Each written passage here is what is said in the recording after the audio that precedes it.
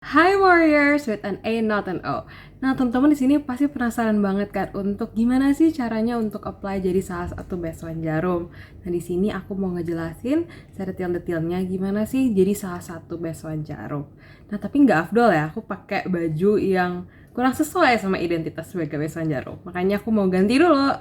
Aku transisi dulu ya. 3, 2, 1. Oke, udah ganti bajunya jadi Jarum Beasiswa Plus. Jadi tanpa basa-basi lagi, kita langsung aja kali ya. Gimana sih daftar jadi Beasiswan Jarum? Ini dia tahap pertamanya. Aku mau nunjukin formulir pendaftaran aku yang udah dari tahun 2020.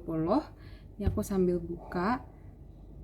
Sebenarnya yang pertama tuh data diri, itu sesuai aja sama mungkin KTP kamu, nama lengkap kamu, terus sosial media, terus ukuran baju itu karena nanti kamu bakal dapat kemejanya ini, terus dan juga jaket, kalau aku dulu juga jaket, terus IPK. Nah, yang aku mau highlight di sini IPK itu sebenarnya nggak usah khawatir kalau ternyata merasa ternyata IPK aku pas-pasan doang kak, hanya sesuai dari Jarum aja. Misalnya nggak salah Jarum tuh 3,2 ya atau 3, aku kurang ingat. Mungkin nanti aku bakal cek lagi. Setahu aku 3,2. Kalau ternyata pas-pasan gitu IPK 3,2, ya nggak apa-apa gitu. Mungkin kamu bisa kasih di bagian lainnya gitu. Kalau misal kamu tuh ternyata unik, meskipun IPK kamu mungkin nggak setinggi sama kompetitor-kompetitor kamu yang lain, tapi kamu punya sesuatu yang unik dari diri kamu gitu. Tapi itu akan dijelaskan selanjutnya. Di sini jadi data diri biasa aja, terus pendidikan kamu dari SD, SMP, SMA, tadi kuliah juga udah sebelumnya. Nah, ini baru masuk ke bagian yang menurut aku sangat penting ya. Jadi selain daripada pendidikan kamu, juga dilihat juga dari non-pendidikan. Maksud non-pendidikan tuh, misal kamu pernah ikut kursus, seminar, konferensi, atau organisasi kepanitiaan. Nah, yang pertama itu pendidikan non-formal. Pendidikan non-formal, di sini aku masukin beberapa kursus aku dulu, dan dulu karena aku dari jurusan bahasa juga waktu pas SMA, jadi itu jadi suatu privilege lah buat aku untuk kayak ngasih lihat bahwa aku udah mengikuti beberapa kursus yang emang sesuai sama jurusan aku dulu. Misalnya bahasa Jerman, bahasa Inggris, terus aku juga pernah ikut seminar pajak bertutur, pernah ikut kayak semacam education training and consulting camp gitu, terus pernah ikut TOEFL ITP juga untuk melihat skor dari Inggris aku, terus ikut workshop dan sebagainya.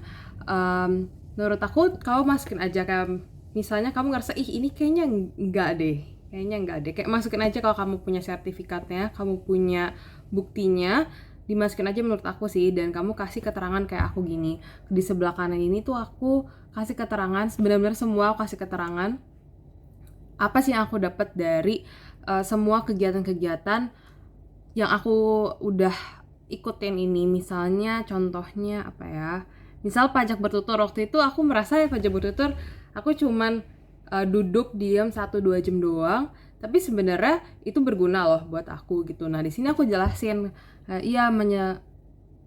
pelatihan gerakan sadar pajak sejak usia sekolah. Dari pelatihan ini saya baru tahu secara sistematis dan substantif bahwa pajak dibutuhkan untuk membantu pembangunan negara. Nah, di sini aku tunjukin nih, ternyata waktu pas SMA aku udah dapat pelatihan tentang pajak, itu meningkatkan kesadaran aku untuk nanti ketika aku udah lebih dewasa itu bayar pajak, atau misalnya pas saat muda udah ngerti PPN tuh apa sih, PPH tuh apa sih gitu.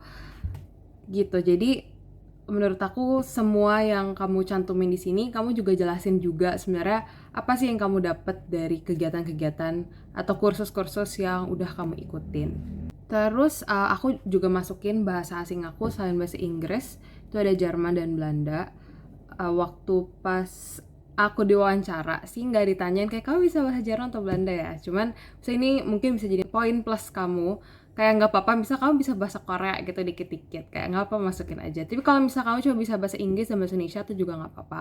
Kayak yang aku bilang, kalau misalnya ternyata di bagian pendidikan kamu merasa nggak terlalu banyak, mungkin kamu bisa ditekenin ke bagian yang bukan pendidikan yang akan aku jelasin nanti. Terus ada minat dan hobi. Di sini aku juga benar-benar jelasin secara singkat, padat, dan jelas. Karena di sini kamu cuma dikasih berapa words doang. Ini nggak salah, aku cuma bahkan karakter waktu itu dihitungnya pas zaman aku tuh karakter, jadi diperhatiin berapa karakter, terus habis itu dibuat sedemikian rupa supaya itu jelas dan padat. Kamu nggak mengulang-ulang kata, kamu udah tahu apa sih yang mau kamu sampaikan ke pembacanya. Di sini ada beberapa pertanyaan. Misalnya pertama, mengapa Anda berminat untuk mendaftar dalam program Jarum Beasiswa Plus? Nah, di sini aku nggak langsung iya karena saya nggak kayak gitu. Tapi kalau menurut aku, kamu perlu kasih kalimat ya hook, ada hooknya kayak langsung kayak wow moment gitu loh. Misalnya aku di sini originalitas dan kreativitas gitu. Kata yang tepat untuk mendeskripsikan para peraih beasiswa ini. Saya yakin jika saya terpilih, saya juga bisa terbantu oleh Jarum untuk memancarkan originalitas dan meningkatkan kreativitas diri. Sebenarnya ini agak ngulang perkataan sih, cuma di sini aku benar-benar kayak mencoba untuk nonjolin apa sih, kenapa sih aku tuh pengen banget gitu untuk jadi Jarum. Di sini kamu nggak cuman kayak menjelaskan alasan yang kayak mainstream ya, iya saya mau menjadi beasiswa Jarum karena saya bisa mendapatkan uang gitu. Itu kayak no banget gitu, kayak atau pokoknya hal-hal yang menurut aku kayak menurut kita adalah kayak cukup mainstream lah gitu untuk orang-orang gitu, apalagi kayak mendapatkan uang gitu, kayak enggak banget. Terus bagaimana program Jarum Beasiswa Plus dapat membantu Anda meraih masa depan? Sini juga aku juga kasih kayak hook gitu, kayak iya beberapa dekade ini Jarum telah berhasil membantu melahirkan pemuda Indonesia yang gemilang lalalala. Di sini kayak aku memberikan bukti gitu kalau misalnya Jarum itu udah melahirkan anak-anak yang gemilang gitu loh untuk masa depan Indonesia. Jadi kamu nggak cuma fokus sama diri kamu sendiri, tapi kamu juga menyesuaikan value kamu dengan value dari Jarum Beasiswa Plus. Jadi nggak fokus di diri kamu doang, tapi juga kamu juga paham gitu loh Jarum itu nyari orang yang kayak gimana sih, Jarum tuh udah ngapain aja sih. Terus berikan alasannya. Oh, ini sebelumnya bersediakah Anda aktif dalam kegiatan program Jarum Beasiswa Plus? Yang pasti jawablah iya, karena sebagai beasiswa Jarum kamu nggak cuma dapat uang bantuan finansial aja setiap bulannya selama 1 tahun, tapi kamu juga bakal diwajibkan untuk ikut pelatihannya. Jadi ya harus jawab iya ya, jangan jawab enggak atau mungkin. Terus untuk berikan alasannya ya kamu tinggal kasih aja kayak kenapa sih kamu pengen banget buat ikut program-programnya. Kalau aku di sini kayak aku ngejelasin kalau misal program-programnya itu emang terkenal itu dan emang telah melatih soft skill beasiswan Jarum sebelumnya gitu. Terus aku juga di sini ada bagaimana sikap Anda jika mendapatkan tawaran dari beasiswa lain. Nah, jadi itu beasiswa Jarum tuh tidak memperbolehkan untuk mendapatkan beasiswa lain. Jadi benar-benar tok beasiswa Jarum aja gitu.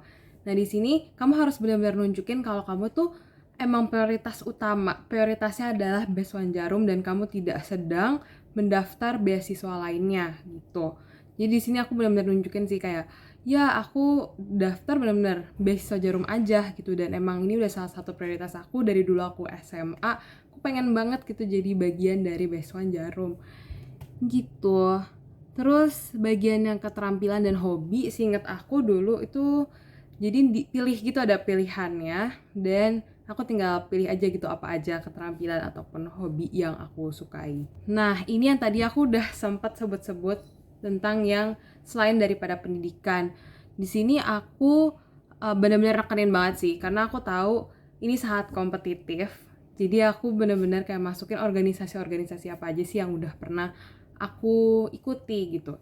Di sini aku masukin himpunan atau BEM, mungkin kalau yang kalian bingung himpunan atau apa. Terus aku juga ikut organisasi di luar kampus karena organisasi dalam kampus aku cuma satu itu aja.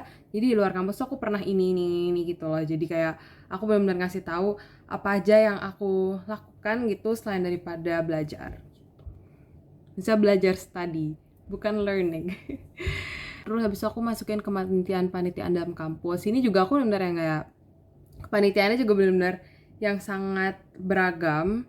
Maksudnya nggak apa-apa untuk nggak gitu sesuai lah sama jurusan kamu ataupun kurang sesuai sama beasiswa ini, kayak masukin aja. Di sini kayak kelihatan bahwa kamu itu imbang gitu antara studi kamu dan juga organisasi. Kepanitiaan di luar kampus ini juga aku masukin satu doang gitu loh waktu pas aku SMA, dan ini pun sebenarnya di sekolah cuman kerjasama sama pihak luar sekolah gitu. Jadi kayak menurut aku coba inget-inget lagi apa aja kegiatan yang udah kamu lakukan tuh dari kamu SMA dan juga kuliah. Kayak jangan merendahkan diri kamu sendiri atau merendahkan kegiatan-kegiatan yang udah kamu lakukan gitu. Cuman iya sih, cuma yang aku tadi tekanin dan sekarang aku tekankan lagi, kalau misal kamu ngerasa kurang di satu hal, kamu boleh banget untuk ningkatin sesuatu di bagian lainnya gitu, dan jangan lupa untuk kasih keterangan alasannya, karena di sini alasannya itu jadi sesuatu yang penting banget gitu loh. Kenapa sih kamu ikut kegiatan-kegiatan ini? Jangan sampai karena cuma ikut-ikutan doang dan kamu nggak dapet apa-apa gitu. Ya nggak apa-apa sih ikut-ikutan doang, cuma maksudnya alasannya setelah kamu ikut-ikutan, misalnya ikut teman kamu gitu, ternyata kamu kayak menyadari apa gitu, kayak oh ternyata misalnya kamu jadi lebih terekspos sama hal-hal yang kamu nggak pernah belajar sebelumnya gitu. Jadi kasih semua keunikan dari masing-masing kegiatan yang udah kamu ikuti gitu. Terus kamu bisa masukin prestasi-prestasi di SMA ataupun dari SMA sampai saat ini. Jadi sini juga prestasi aku juga nggak yang banyak atau gimana gitu. Jadi benar-benar yang prestasi yang bukan apa ya dibilangnya, bukan related to study gitu loh. Jadi gak apa-apa untuk kayak masukin aja prestasi-prestasi kamu, meskipun kamu ngerasa kayaknya cuma juara harapan deh, atau kayak cuma jadi peserta deh, kayak masukin aja, serius masukin aja. Di sini jadi kelihatan kayak oh kamu ternyata proses oriented gitu loh, nggak cuma hasilnya doang tapi kamu berhasil melewati prosesnya. Oke, yang terakhir aktivitas sosial dan kegiatan lainnya. Di sini sebenarnya setahu aku ya, Jarum tuh benar-benar ningkatin berpegang teguh pada value untuk mengabdi kepada masyarakat. Makanya di sini itu ditanya gitu, apakah tertarik dengan kegiatan sosial, jawab aja iya. Pokoknya pertanyaan-pertanyaan yang positif itu jawab aja iya, jangan bilang tidak atau mungkin. Karena di sini itu menunjukkan kalau kamu tuh terbuka sama apa yang udah disediakan sama Jarum. Sudah semakin terang karena nyalain lampu. Nah, setelah aku ngejelasin nih kemarin aku daftar gimana, aku juga mau ngasih tips and trick gimana supaya kamu jadi lebih siap, dan amin semoga bisa diterima di tahap selanjutnya. Yang pertama, yang pasti yang tadi aku bilang, please jangan ragu-ragu. Ragu boleh pas awalnya, tapi langsung daftar aja, coba dulu aja. Kita nggak pernah tahu kita bakal diterima atau enggak, tapi seenggaknya kamu jadi belajar banyak dari proses itu. Yang pertama. Yang kedua, please banget dari jauh-jauh hari jangan terlalu mendekati deadline. Waktu itu nggak salah aku kirim dokumen ke Bandung itu 1 minggu sebelum. Itu sebenarnya itu masih lumayan mepet sih, karena jujur aku rada takut gitu nggak sampai. Jadi kalau bisa seminggu lebih lah gitu kamu udah kirim dokumen ini gitu.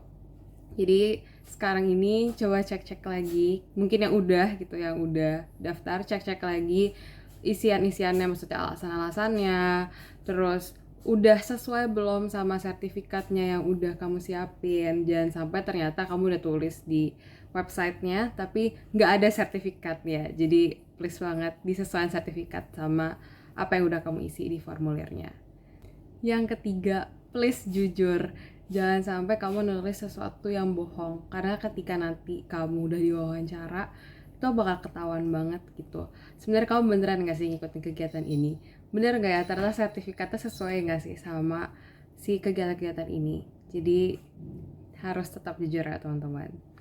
Selanjutnya, jangan lupa untuk unik, jelas, dan padat, karena ada banyak pertanyaan-pertanyaan yang membutuhkan alasan yang benar-benar tepat dan lugas gitu, yang emang menonjolkan sisi unik dari diri kamu sendiri gitu. Jadi kasihlah sesuatu yang berbeda lah gitu dari kompetitor-kompetitor kamu yang lain. Sama yang terakhir, dengan kamu punya lebih banyak waktu, nah kamu bisa banget buat refleksiin diri dulu, terus nulis di jurnal kamu misalnya, atau mungkin kalau kamu lebih suka video atau voice note gitu, video atau voice note aja, terus supaya kamu bisa dengar ulang lagi atau baca ulang lagi, oh ternyata aku udah nulis ini ya, aku udah merefleksikan diri, aku ternyata udah pernah gini gitu.